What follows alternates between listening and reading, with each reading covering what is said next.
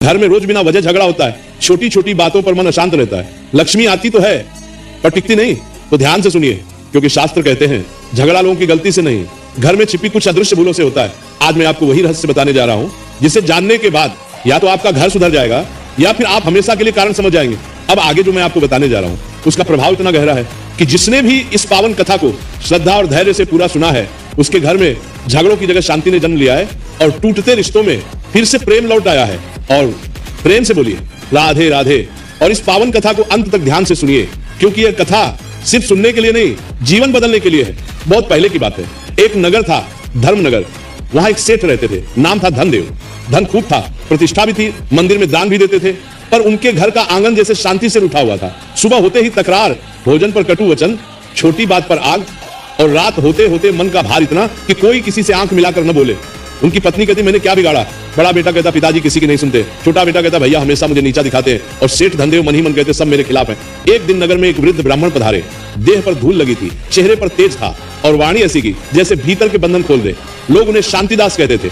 सेठ धनदेव ने सुना कि ये शास्त्रों के ज्ञाता हैं, घर गृहस्थी के दोष भी समझते हैं। सेठ ने उन्हें आदर से बुलाया, पांव धोए, आसन दिया, फल पानी रखा और फिर एक सांस में कह दिया महाराज मेरे घर में सुख नहीं टिकता, झगड़ा रोज होता है। कारण बताइए, उपाय बताइए। मैं दान करता हूं, पूजा करता हूं, फिर भी घर में आग क्यों? शांतिदास ने सेठ को देखा और बोले सेठ जी, शास्त्रों में एक बात आती है, जहां वाणी तप्त हो जाए वहां अग्नि पहले जीभ पर लगती है फिर घर पर झगड़े का कारण केवल वाणी नहीं। बताइए क्या आपके घर में सब मिलकर भोजन करते हैं? सेठ ने कहा कभी कभी, अब सब अपने अपने समय से खाते हैं। शांतिदास बोले और घर का द्वार क्या सूरज ढले भी खुला रहता है, भीतर बाहर का आना जाना? सेठ ने कहा हाँ, मुनीम आता है, पड़ोसी आते हैं, रिश्तेदार बहुत लोग आते हैं। शांतिदास ने फिर पूछा घर में देवस्थान कहाँ है, दीपक जलता है, तुलसी है, और क्या आप पूजा के बाद भी क्रोध कर लेते हैं? सेठ कुछ झेंपे, महाराज क्रोध तो हो जाता है। तभी भीतर से सेठानी की आवाज आई, इनसे पूछिए, ये हर बात में ताना देते हैं, बच्चों के सामने मेरा अपमान करते हैं। बड़े बेटे ने कहा और मां भी कम नहीं, हर समय तुलना करती है।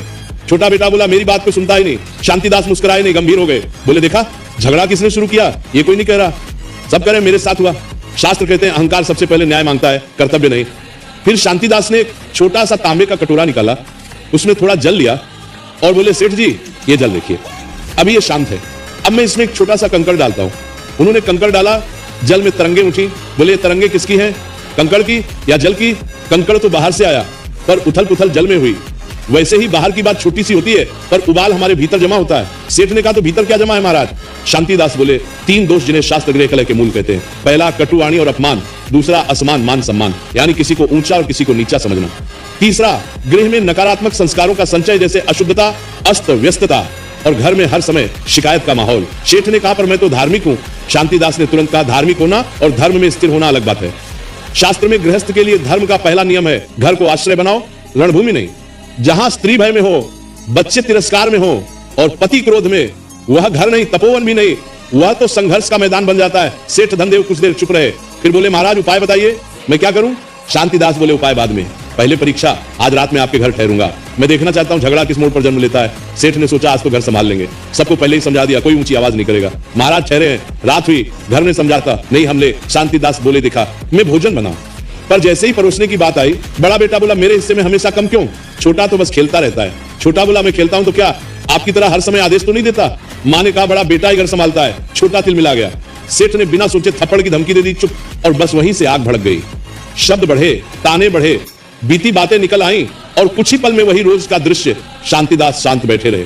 जब सब थककर चुप हुए तब उन्होंने केवल एक वाक्य कहा, झगड़ा रोटी से नहीं शुरू हुआ था, झगड़ा सम्मान से शुरू हुआ और सम्मान छीनने की शुरुआत तुलना से हुई। सेठ बोले पर घर तो चलता है, तुलना से कौन काम करता? कौन नहीं। शांतिदास ने कहा कार्य का मूल्यांकन करो, व्यक्ति का अपमान मत करो। शास्त्र की मर्यादा यही है। वाणी में धर्म हो तो घर में लक्ष्मी टिकती है, वाणी में दम हो तो घर में कलह टिकता है। फिर उन्होंने सेठ से कहा एक काम करो, कल सुबह से 3 दिन तक एक नियम, कोई भी व्यक्ति घर में किसी को उसके पुराने दोष याद दिलाकर नहीं बोलेगा, न तुम हमेशा न तू कभी। शास्त्र कहते हैं जिस घर में हमेशा और कभी जैसे शब्द आ जाएं वहां सत्य नहीं रहता, केवल आरोप रहता है। सेठ ने कहा और अगर कोई नियम तोड़े, शांतिदास बोले तो दंड होगा उस दिन। वो व्यक्ति देवस्थान में दीपक जलाकर मौन रखकर घर के सबसे छोटे सदस्य से क्षमा मांगेगा, क्योंकि अहंकार को तोड़ने का सबसे सरल उपाय है झुकना सीखना। इतना सुनते ही बड़ा बेटा मन में जल गया, मैं क्यों झुकूं? छोटा भी सोचने लगा मुझसे क्षमा मांगेंगे तो अच्छा लगेगा। सेठानी के भीतर भी विचार आया अगर ये सच में झुके तो घर बदल सकता है। लेकिन सेठ धनदेव के भीतर सबसे बड़ा युद्ध चल रहा था, मैं घर का मुखिया हूं, मैं क्षमा मांगू। शांतिदास ने जैसे उसका मन पढ़ लिया, बोले सेठ जी, मुखिया वही है जो आग देखकर पानी बने, जो आग में घी डाले, वो केवल मालिक है, मार्गदर्शक नहीं। और फिर शांतिदास उठे, देवस्थान के पास गए। उन्होंने देखा देव की मूर्ति तो थी पर धूल जमी थी, दीपक बुझा पड़ा था, तुलसी सूखी थी। उन्होंने धीरे से कहा, जहां ईश्वर की स्मृति केवल दीवार पर रहे और हृदय में न उतरे, वहां वाणी का नियंत्रण टूटता है, और जब वाणी टूटती है तब संबंध टूटते हैं। सेठ ने कांपती आवाज में पूछा, महाराज क्या हमारे घर में कोई दोष है, कोई वास्तु, कोई दुष्ट छाया? शांतिदास बोले, दोष है, पर पहले मन का दोष, फिर घर का, और फिर संगति का।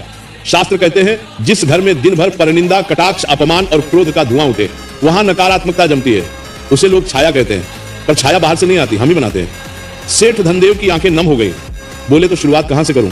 शांतिदास ने कहा, शुरुआत आज से एक वाक्य से। अभी इसी क्षण अपने परिवार के सामने कहो, मेरी वाणी से यदि तुम्हें चोट लगी हो तो मैं क्षमा चाहता हूं। यह वाक्य आपके घर के लिए पहला दीपक होगा। कमरे में सन्नाटा छा गया। बड़ा बेटा और छोटा बेटा भी स्तब्ध। सेठानी की आंखें भर आईं। सेठ धनदेव के होंठ कांपे, पर अहंकार बीच में दीवार बनकर खड़ा था।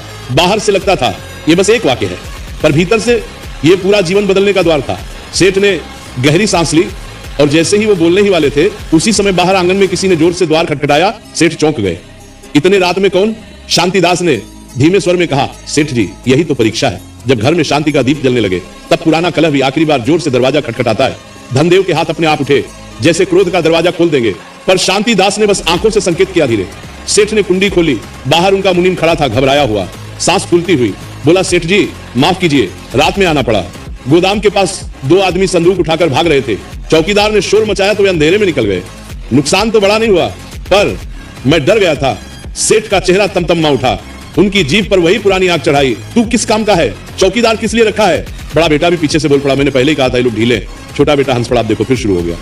सेठानी ने ताना मारा, घर में शांति की बात कर रहे थे, और बाहर की खबर आते ही असली रूप निकल आया। बस एक छोटी सी घटना ने फिर वही कला उठा दिया। पर इस बार शांतिदास बीच में खड़े हो गए। उन्होंने बहुत ऊंचा नहीं, बहुत धीमा बोला, देखो यही है घर के झगड़े का कारण।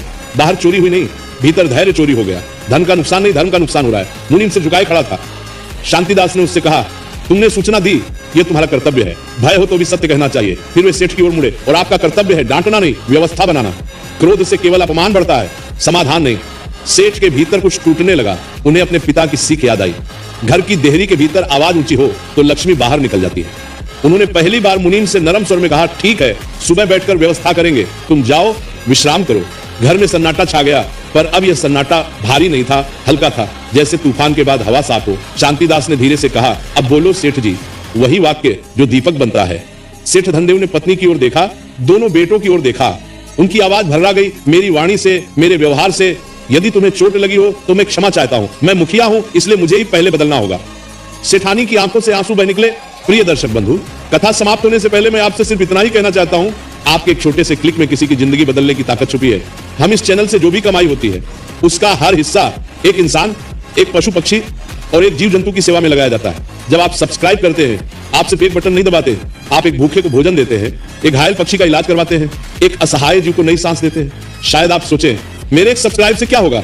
तो मैं दिल से कहता हूं, आपके एक सब्सक्राइब से एक जिंदगी मुस्कुराती है। तो आज अगर आपके दिल में जरा सा भी प्यार है, थोड़ी सी भी करुणा है, अगर आपको लगता है कि हम किसी के लिए कुछ अच्छा कर रहे हैं, तो इस नेक काम में बस एक लाइक और सब्सक्राइब से जुड़ जाइए। आपका हर क्लिक किसी की उम्मीद बन जाता है, किसी की प्रार्थना बन जाता है। तो आइए हम मिलकर सिर्फ कथा न सुने, बल्कि किसी जीवन के रक्षक भी बने।